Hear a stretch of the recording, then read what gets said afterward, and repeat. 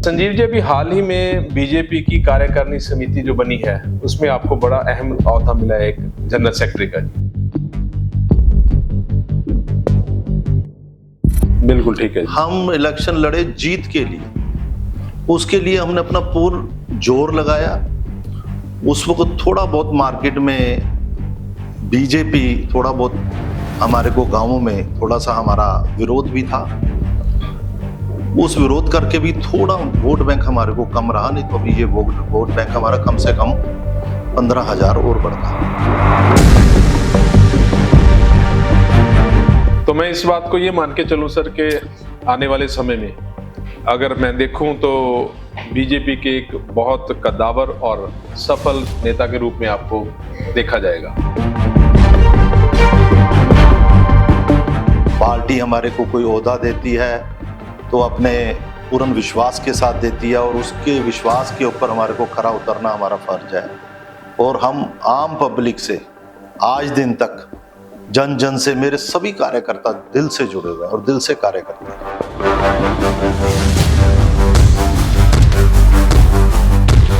जहां तक तो नशे का सवाल है जी, नशा सर बिना प्रशासन के नहीं बिकता।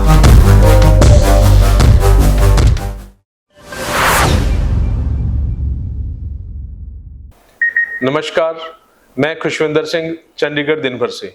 हम समय समय पर सामाजिक कार्यकर्ता, नेता लोग, पॉलिटिशियंस और सभी को आपके रूबरू करवाते आए हैं। इसी कड़ी में पंजाब के जाने माने बीजेपी नेता श्री संजीव खन्ना जी। नमस्कार। नमस्कार सर।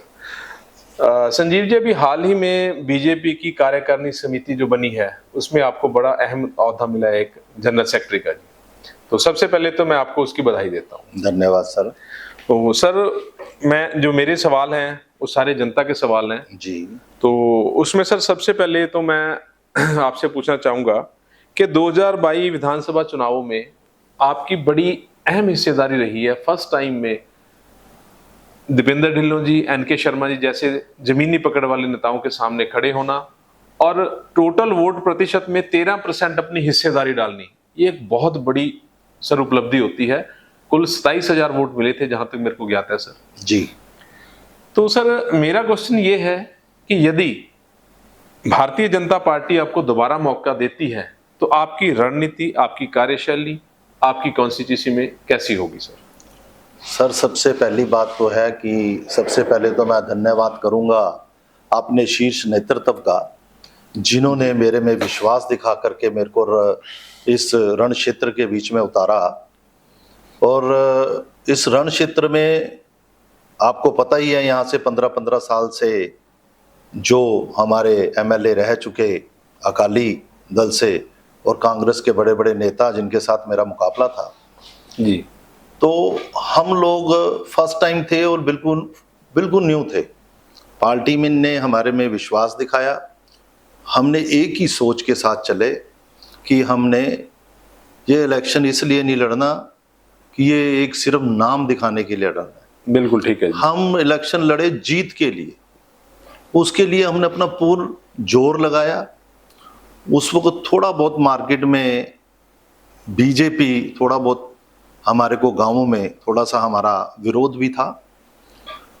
उस विरोध करके भी थोड़ा वोट बैंक हमारे को कम रहा, नहीं तो अभी ये वोट बैंक हमारा कम से कम 15,000 और बढ़ता। बिल्कुल ठीक है जी। और हम लोग जो है सुबह 6 बजे से लेके रात के 2 बजे तक मेरी सारी टीम जितना भी था, हमने एक कोऑपरेट ऑफिस की तरह हमने इसको इलेक्शन को चलाया और पार्टी ने हमारे को बहुत अच्छा सहयोग दिया, जिस करके कि हम लोग जो है अपनी उस वक्त की रणनीति में कामयाब हुए। और जो आगामी हमारी रणनीति है, हमने ये नहीं देखा कि हम लोग हार गए हैं या जीत गए हैं जी। हमने इलेक्शन के लास्ट डे के बाद अगले दिन से ही क्षेत्र में कार्य को शुरू कर दिया।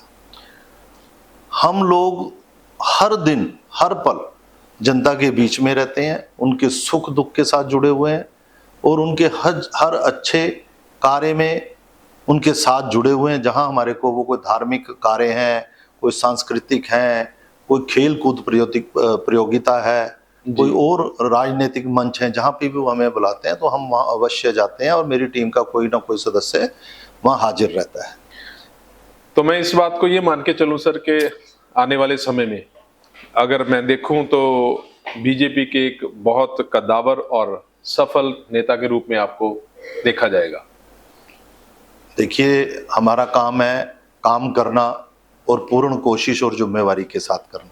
पार्टी हमारे को कोई ओहदा देती है तो अपने पूर्ण विश्वास के साथ देती है और उसके विश्वास के ऊपर हमारे को खरा उतरना हमारा फर्ज है। और हम आम पब्लिक से आज दिन तक जन जन से मेरे सभी कार्यकर्ता दिल से जुड़े हुए हैं और दिल से कार्य करते हैं। ठीक है संजीव जी। अच्छा, सेकंड थिंग सर, आपकी कॉन्स्टिट्यूंसी में जो पूरे पंजाब में वैसे तो देखना आ रहा है, तो यहाँ पे सर नशा, डीलर्स और बिल्डर्स, सर इस मकड़ जाल से आप कैसे उबार पाएंगे अपनी कब्ज? सर, जहां तक तो नशे का सवाल है जी, नशा सर बिना प्रशासन के नहीं बिकता। पर जब आप पावर में होंगे सर, प्रशासन तो आपके हाथ में होगा। तब तो सर ऐसा है, जब हमारी बारी आएगी तो आपको तब पता लगेगा कि हम लोग क्या करते हैं और कैसे होता है। दूसरे सरकार के ऊपर सवालिया निशान उठाने की बजाय उनकी लकीर से अपनी लकीर को लंबी करना पड़ेगा। बिल्कुल ठीक है। तो हम लोग जो ये बिल्डर का मकड़ जाल है, इसको भी मैं बहुत भली भांति अच्छी तरह से बिल्कुल जीरो लेवल से जानता हूं। उसको ना तो कोई गवर्नमेंट समझ पाई है, ना कुछ कर पाई है, सिर्फ उसको अपना मनी बैंक समझते हैं। ना तो वो बिल्डर्स की तकलीफ को जानते हैं, ना वो कॉलोनाइजर्स की तकलीफ को जानते हैं। हाँ, या मकड़ जाल जरूर है जो अनऑथराइज्ड कॉलोनियों से पैसा इकट्ठा करके जो यहाँ के लोकल लीडर हैं या जो लोकल राजनेता है, नेता हैं, या जो अपने ऑफिसर्स लॉबी है हमारी या मंत्री लॉबी है, जो अपना पेट और अपनी जेब दोनों गर्म करते हैं। ठीक है सर। उन लोगों से कैसे छुटकारा पाना हमारी एक अपनी रणनीति है। कहीं पर हम अगर बिल्डर को अकेला दोष दें तो वो सही उचित नहीं है। ठीक है सर। एक बिल्डर के कार्यकाल में 3-3 सरकारें बदल जाती हैं जी, 3-3 मंत्री बदल जाते हैं। तो आप सोचो कि बिल्डर, मेरे को नहीं लगता कि जीरकपुर के बीच में कोई भी बिल्डर ऐसा होगा कि जो बहुत ज्यादा धन संपत्ति इकट्ठी कर पाया होगा या बहुत कोई उसको 4 चांद लग गए होंगे। सब लोग अपना सिर्फ चक्का चला रहे हैं, जिसको हम कहते हैं उनका व्हील मूव हो रहा है, बस दिनचर्या के अलावा कुछ नहीं है। ठीक है सर जी। अच्छा सर, पिछले दिनों दिन भर ने जो खुलासे किए हैं, यहाँ पे 2 बड़े नामी गिरामी जो प्रोजेक्ट्स हैं जी उन पे सवालिया चिन्ह लग गए हैं। जी। तो उसके बारे में आप क्या कहेंगे कि जो एक अच्छा बिल्डर है, अच्छा कॉलोनाइजर है, अच्छा डीलर है, उसकी कार्यशैली कैसी होनी चाहिए? क्या आप उस चीजों को फॉलो करते हैं? आपने भी बड़े बड़े प्रोजेक्ट्स बनाए हैं सर, कुछ प्रोजेक्ट। देखिए, मैं भी प्रोजेक्ट करता हूँ, बड़े बड़े प्रोजेक्ट करता हूँ। आज आप हमारी कार्यशैली को देखिए, हमारे को जीवन में पैसा बचा नहीं बचा, प्रॉफिट हुआ लॉस हुआ, पर जो कमिटमेंट्स हैं, जो भी बिल्डर जो वो कमिटमेंट अपने कस्टमर के साथ करता है और उसको पूर्ण करता है, जी बिल्कुल ठीक, वो होना भी बिल्डर ऐसे हमेशा चाहिए। कामयाब है। बिल्कुल ठीक है जी। जो बंदा भी सारे जीवन में एक घर का निर्माण करता है, सिर्फ एक घर का निर्माण, वो अपने टोटल जीवन की जमा पूंजी लगा करके, उसका एक स्वप्न होता है जी कि मेरे को घर बनाना है जी। अगर उसके साथ घर के नाम के ऊपर चिटिंग हो जाए, ठगी हो जाए, तो वो अपने आप को ना बड़ा एक ठगा सा, बड़ा लाचार सा महसूस करता है। हमारी आज की तारीख के बीच में एक भी कंज्यूमर कोर्ट के बीच में केस नहीं है। हमारी RWA बिल्कुल बहुत अच्छे ढंग से, बहुत बढ़िया ढंग से, मेरे 600 फ्लैट है, उसमें 550 फैमिली यहाँ पे रह रही है। ठीक है सर। और सारे खुश हैं। ऐसे ही सभी बिल्डर जी। कोई भी बिल्डर नहीं चाहता कि मेरा ग्राहक खराब हो, मेरी मार्केट खराब हो। हाँ, कुछ लोग जो है अपनी जरूरत से ज्यादा कारोबार करते हैं, 20-20 प्रोजेक्ट इकट्ठे शुरू कर लेते हैं, छोटे चक्के को बड़ा करने की कोशिश करते हैं, वहां जरूर गड़बड़ होती है, पर खरीददार को भी आंखें खुली रखनी पड़ती है। हाँ बिल्कुल ठीक है सर। हमारा जो हम रजिस्ट्री करवाने जाते हैं या जो हमारा संविधान है, वो भी यही कहता है कि ग्राहक को अपनी आंखें खुली रखनी है।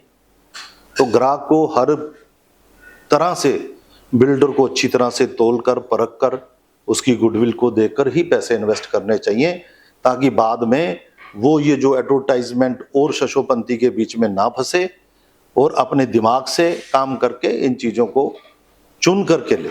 ऐसी मेरे मन की बिल्कुल बात ठीक है जी।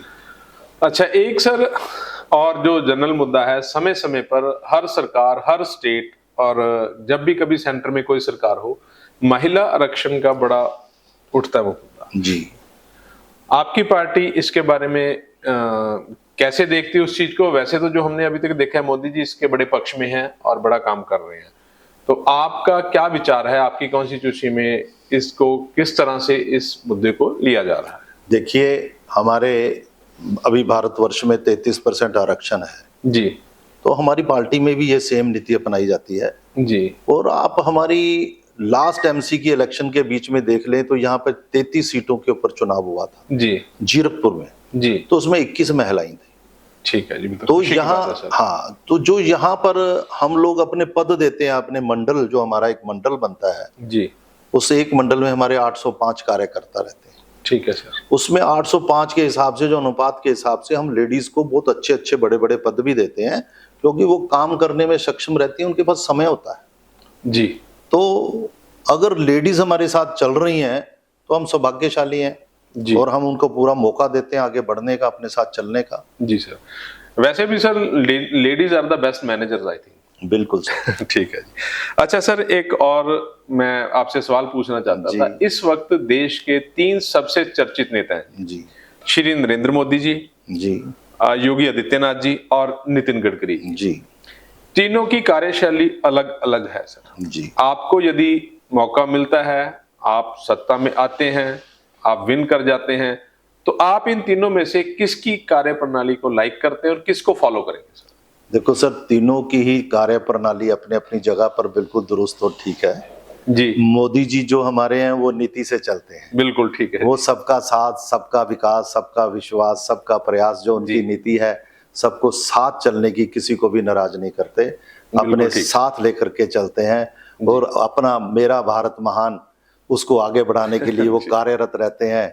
आपको पता ही है कि हमारी जो नीति है वो यही है कि हमारा मेरा भारत, हमारे सबका साथ सबका विकास, सबका साथ सबका विकास जी। और जहां तक हमारे योगी जी हैं जी, तो जिस जगह पर वो वहां के मुख्यमंत्री हैं जी, उस जगह पर जैसी जरूरत है वो प्यार से भी बात करते हैं और डंडे से भी बात करते हैं। नहीं, वो चलते तो कानून के साथ ही हैं। वो चलते कानून लेकिन के उनका साथ, थोड़ा तरीका अलग है सर। वो तरीका सर बिल्कुल स्पष्ट और सीधा तरीका बिल्कुल है। स्पष्ट और ठीक है। भाई उनमें किंतु परंतु नहीं है। भाई ये कार्य करना है, ये नहीं करना, ये देश में अमन शांति रखनी है, अपनी प्रजा में अमन शांति रखनी है। मेरी बहन बेटियां रात को 12 बजे भी निसंकोच सड़क पर घूमे, उनकी जो विचारधारा है वो अपनी है। बिल्कुल ठीक है। बाकी रही नितिन गडकरी जी की बात, वो तो आप जानते हैं देश के लिए एक मिसाल है। देश के विकास में बहुत बड़ा योगदान है, बहुत बड़ा योगदान है। तो वो बिल्कुल सीधे कार्य करते हैं, बिल्कुल स्पष्ट कार्य करते हैं, उनके कार्य में कहीं भी कोई कमी नहीं निकाल सकता। आप जो भारतवर्ष में सड़कों का मकड़ जाल है और जो उनकी नीति है, जो प्लानिंग से वो भारत को आगे विकास के पथ पर बढ़ा रहे हैं, क्योंकि ये रेल मार्ग, सड़कें, वायु मार्ग, खास करके जो सड़क मार्ग है, हर एक देश के विकास का, हर देश के विकास के लिए मुख्य कारण जो उसके यातायात अगर दुरुस्त है तो देश बिल्कुल सही दिशा में जाता है।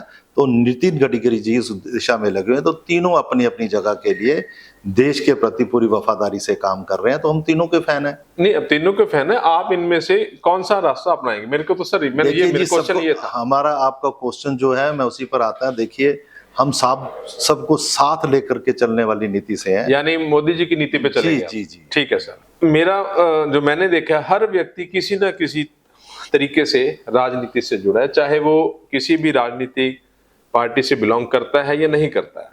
आप पंजाब के रहने वाले हैं, मैं भी पंजाब का रहने वाला हूं। तो जो हर बार कोई भी अगर सवाल करते हैं तो मौजूदा सरकार को लेकर ही बात होती है जी। आपने काफी सरकारें देखी होगी। अब हम वर्तमान की ही बात करेंगे। इस वक्त जो सरकार है, इसका कार्यकाल पिछली सरकारों से बेहतर है, नहीं बेहतर है? आप कितने % मार्क्स देंगे उनको सर? देखिए सर, पिछली सरकार के हिसाब से तो बेहतर नहीं है। ठीक है। अभी उनको ज्यादा लंबा समय भी नहीं हुआ कार्यकाल के बीच में, मेरे ख्याल 1.5 साल का समय उनको अभी मिल पाया है जी लगभग। तो वो हो सकता है अच्छे कार्य करने के लिए उनकी जो रूपरेखा हो, अभी समय पड़ा है, अभी तो समय उनके पास पड़ा हुआ है। पर पीछे वाली सरकारें जो कार्य करके गई हैं, जो अब वाली सरकारों का जो कार्यकाल है, जो भी सरकार का कार्यकाल है, वो कहीं ना कहीं दिशाहीन है।